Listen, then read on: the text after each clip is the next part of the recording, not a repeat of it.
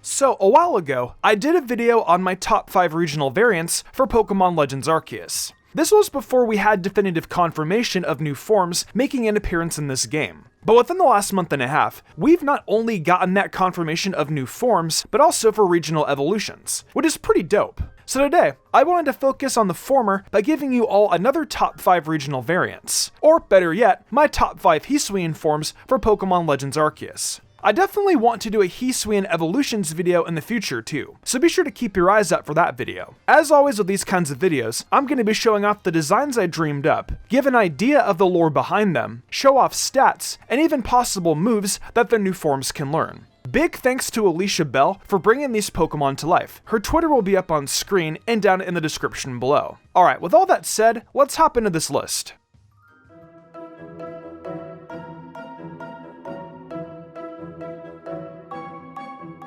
So, starting off the list, I have a really silly one for you all. But just because it's silly, doesn't mean that it isn't really awesome either. So, we have Primape, a very memorable Pokemon from the first generation, as well as the original Pokemon anime. They've got quite the temper on them, and don't really like being around people. In fact, according to Pokedex entries, not only does it become stronger the angrier it gets, but it becomes far less intelligent, only calming down when no one else is around. Well, being that the Hisui region is just now being populated by humans, it's safe to say that the Primape of this region are probably pretty relaxed and zened to the max. So I introduce to you all Hisuian Primape. This form of Primape is a nice normal and psychic type that just really likes to relax. A little too much actually. And I really don't like how it's staring at me, so I'm just gonna pretend that I don't see its very borderline sexual gaze. Anyways, as we all know, Primape is the pig monkey Pokemon, so I kept in line with that origin. Hisuian Primape is a cross between the Japanese macaw and these adorably woolly pigs, so it's a bit less wild and far more cuddly looking. As for its stats, the values don't change, just the placement of 4 of them. HP and defense remain the same, where its physical attack drops to 95, its special attack jumps to 95, special defense lowered to 60, and finally its speed lowered to 70. So yeah, it's a nice mixed attacker that's a bit slower than usual. Its abilities stay the same with Vital Spirit and Anger Point, showing that just because its form has changed doesn't mean that it doesn't get annoyed by the presence of others. As for the hidden ability though, that is going to be Berserk. I mean, it makes sense. This thing is more specially offensive and would naturally freak out people messing with it for the first time. As for moves, I imagine the most useful ones it would have access to for stab would be Skull Bash, Tri-Attack, Psychic, and Psychic Fangs. As for coverage, I can imagine it having something like Dazzling Gleam, Energy Ball, Power Gem, and U-Turn. But really, that would pretty much be it. Overall, I really enjoy and love this version of Primape, and think it would be a great addition to the world of Pokemon.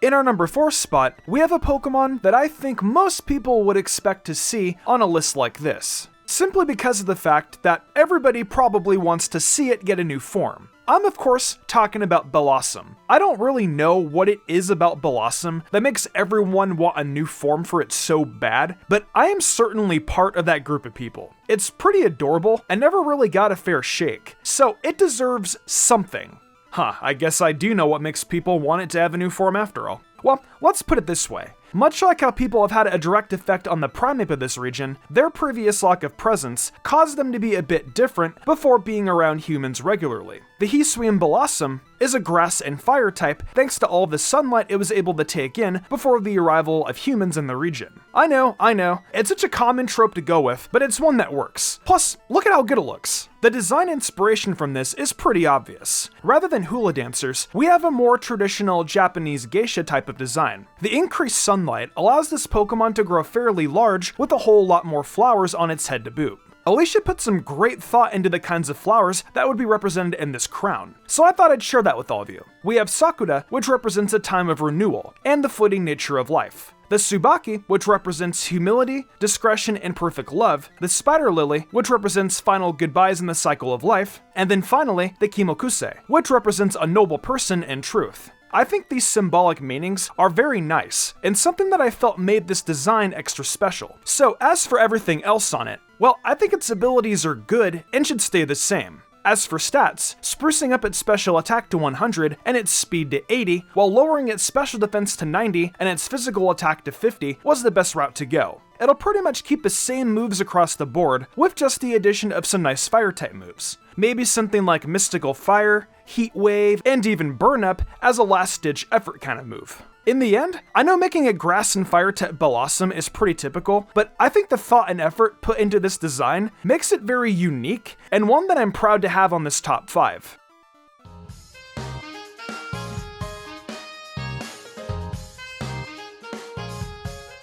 At our halfway point, we have Halucha. I'm just going to get straight into this one, as it's pretty straightforward. Hisuian Halucha, instead of being a luchador, is a pure fighting type sumo wrestler this time around. A little bit fatter, as you can clearly see, and has a bit of a turkey inspiration. This design is so simple, and yet is just so much fun. I mean, it's a sumo wrestling Halucha. What's not to love there? However, without much to say when it comes to its design there, let's just get right into its battle prowess. I don't think a change in abilities is necessary, but definitely one in stats is needed. We're completely revamping the stats and going for 110 in HP, 120 in attack, 115 in defense, 45 in special attack, 70 in special defense, and finally 40 in speed. It's slow, yes, but definitely very bulky and can hit hard to boot. Now, naturally, it'll lose most of its flying type attacks, but will still maintain its excellent coverage and wide move pool of fighting type attacks to choose from. However, we're definitely going to need a replacement for Flying Press. Just wouldn't be right if we didn't. We'll be replacing it with a brand new fighting type move dubbed Sumo Press. This move will have a base power of 100 and accuracy of 100. The gimmick behind this move is that it uses all of its might to overpower its opponent, and that comes from the Pokemon locking itself into it, using it 2 times in a row. On the second use, if it successfully connects, we'll deal 180 base power worth of damage. However, you won't be able to attack it all on your next turn, so you better make sure that your strategy works and you take your opponent out. Hisuian Halucha may be a little more one note than its regular counterpart, but it's certainly not one to take lightly because of that.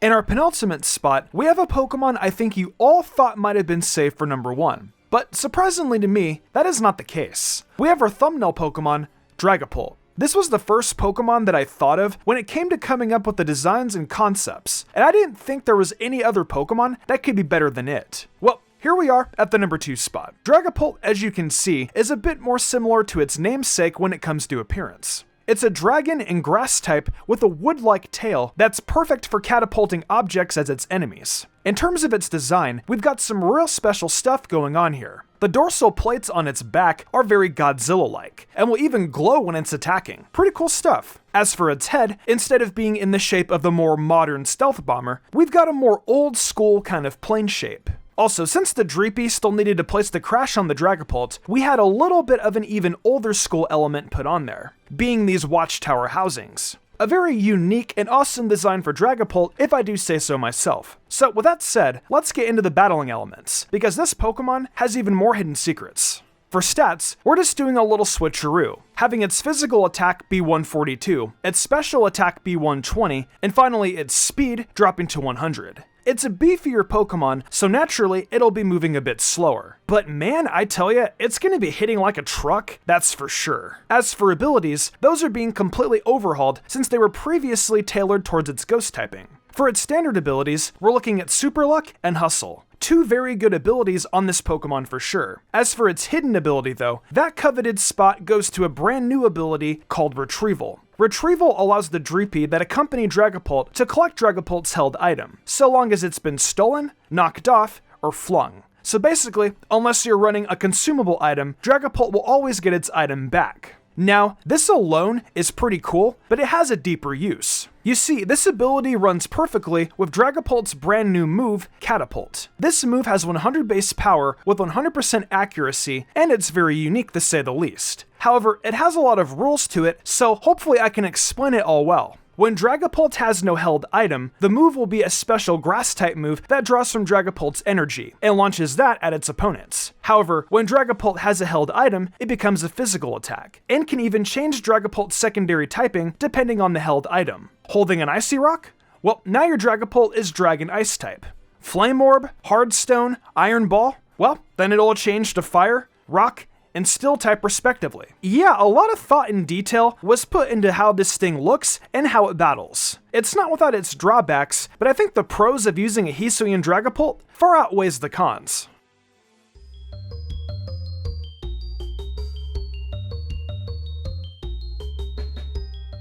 So what could possibly top that? Well, remember, this is my personal top 5, so my ordering might definitely end up being different than yours. But I have a special Pokemon to put here, being Mach Cargo. Mach Cargo is such a cool looking Pokemon, but is a real piece of garbage to say the least. I mean, it's shown up on a handful of worse teams, so you know it's not good. So I wanted to try and change that. I introduced to you all Hisuian Mach Cargo. It goes from that devastating fire and rock type to a much cooler electric and ice type. This regional variant of Mach Cargo is based on a yokai by the name of Kijikui, a large snail-like creature that lurks in the tall grass and hunts pheasants using its lightning speed. Its cool body sends a chill up your spine, almost like an omen letting you know when you're in danger. For its stats, we're looking at a complete overhaul here with 70 in HP, 50 in both defenses, 110 in attack, 20 in special attack, and 130 in speed. It's a bit more frail, but that's the price it pays to be a more effective hunter. For abilities, it's going to be rocking out with...